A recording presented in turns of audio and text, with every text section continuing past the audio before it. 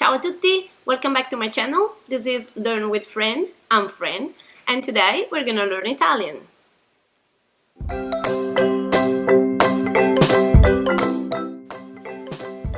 So this is our third lesson about pronunciation. If you haven't seen the first two videos, you can find the link up here or in the description down below. Today we're gonna talk about other three sounds in the Italian language, which are sh, ñ, and y. They sound pretty weird like that, but they're very common in the Italian language, so we find them a lot. They're not very hard, and they use some rules that we have already learned during our previous lessons. So if you're ready to learn, let's go to the video. Starting with the new lesson, I'll correct the exercise I gave you last time. It was all about just reading the words. So the first word was girino, magia, cesto, parchetto, gorilla, gufo. Okay guys, so today we're going to talk about special sounds in the Italian language. In Italian it can be translated with suoni speciali. And these sounds are ñ, y, and sh. So the first two sounds are very easy. When you find a G followed by an N, the pronunciation of this sound is ñ. For example, in cigno, which is swan. Also, the sound y is very easy and straightforward. So if you find a G followed by an L followed by an E, so G, L plus E, the sound is pronounced y.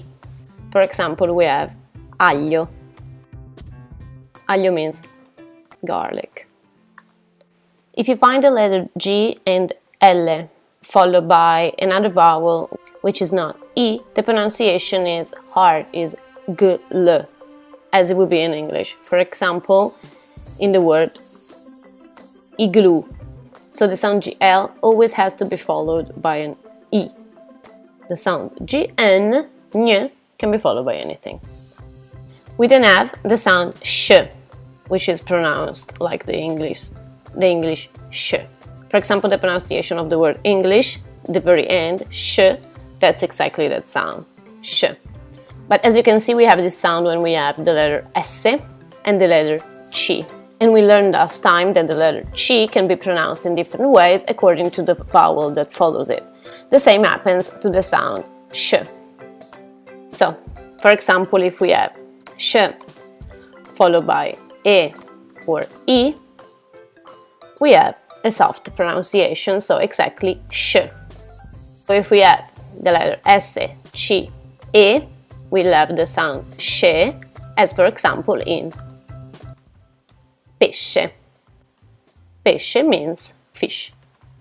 Instead, for example, if we have S, C, and E, we'll have the sound she, exactly as in she, which is ski.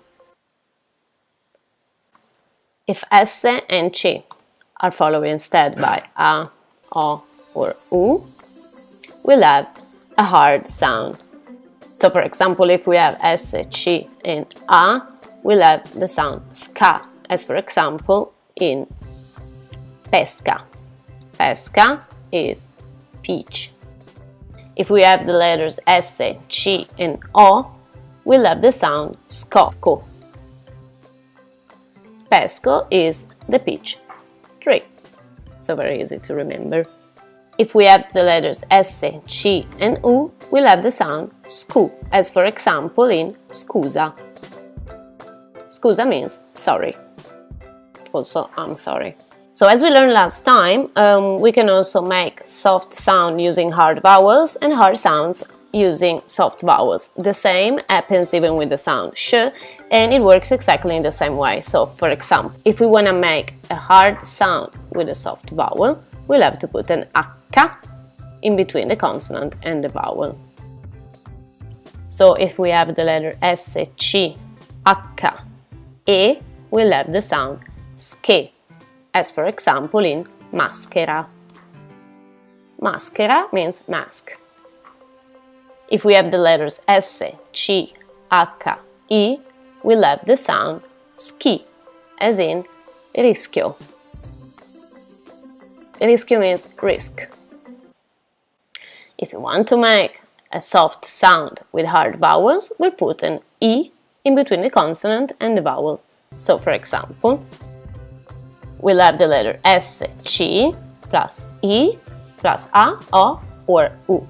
So if we have the letters S, C, I, A, we'll have the sound sha, as for example, in the word Brescia. Brescia is a city of the north of Italy. If we have the letters S, C, I, O, we'll have the sound sho, as for example in liscio. Liscio means smooth. If we have the letters S, C, I, U, we'll have the sound shu, as for example in asciutto. Asciutto means dry. That's it for today. Remember that you can find the file of this lesson clicking on the link in the description down below. I will also add an exercise at the end of the lesson if you want to practice. Remember, you can also go and have a look at my 2 previous lessons, clicking on the link that I'll leave in the description down below. Next time we're going to start with our first real lesson, which is going to be the verb to be and the personal pronouns. That's it. Thank you so much for watching. I hope you learned something today. If you liked the video, remember to put a thumb up and subscribe to the channel clicking on the red button down below if you don't want to miss any of my new video. I hope I'll see you next time. Ciao!